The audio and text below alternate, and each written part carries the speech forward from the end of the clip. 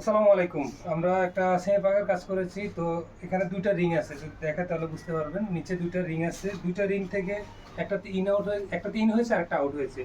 তো ইন আউটের লাইনগুলো আমরা কিভাবে মিলাইছি?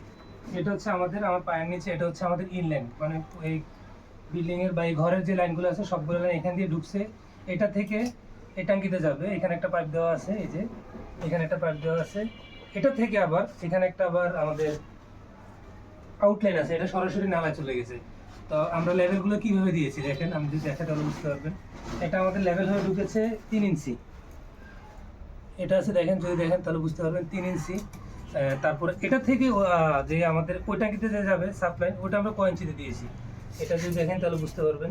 এটা আছে আমাদের 5.5 সাড়ে 4 ইঞ্চি, তাহলে হচ্ছে 1.5 ইঞ্চি এটা আপ ডাউন আছে। তো এটা থেকে আবার ওই ট্যাঙ্কিতে যখন যাবে, কারণ একটা থেকে একটা তো আপ ডাউন আছে, এটা আবার কয় ইঞ্চিতে আছে, এটা আছে আবার আপনার 8 ইঞ্চি। দেখেন একটা থেকে একটা স্লোপ আছে, কেন স্লোপ থাকার কারণটা হচ্ছে এখানে যখন আপনার ময়লা পড়বে এই ব্যাপারটা সবসময় ক্লিয়ার থাকবে, ওইটা থেকে কারেন্টটা এটাতে চলে যাবে। তারপর আবার মনে করেন এটা থেকে যখন এটা আবার সমান থাকবে না, এটা থেকে আবার ওই লাইনটা আবার 4 ইঞ্চি নিচে আছে, তার মানে আমাদের লাইনগুলো প্রত্যেকটা জিনিস কিন্তু আপ ডাউন করা আছে। তো আপনারা যারা কাজ করেন সেফটি ট্যাঙ্কি হোক আর রিং হোক, প্রত্যেকটা কাজ কিন্তু সেফ, এই ধরনের এভাবে কাজগুলো হয়ে থাকে। তো আমার কাজটা কতটা সঠিক হয়েছে, কতটা ভালো হয়েছে অবশ্যই কমেন্ট বক্সে আপনার মতামত বলে দেবেন। আল্লাহ হাফিজ।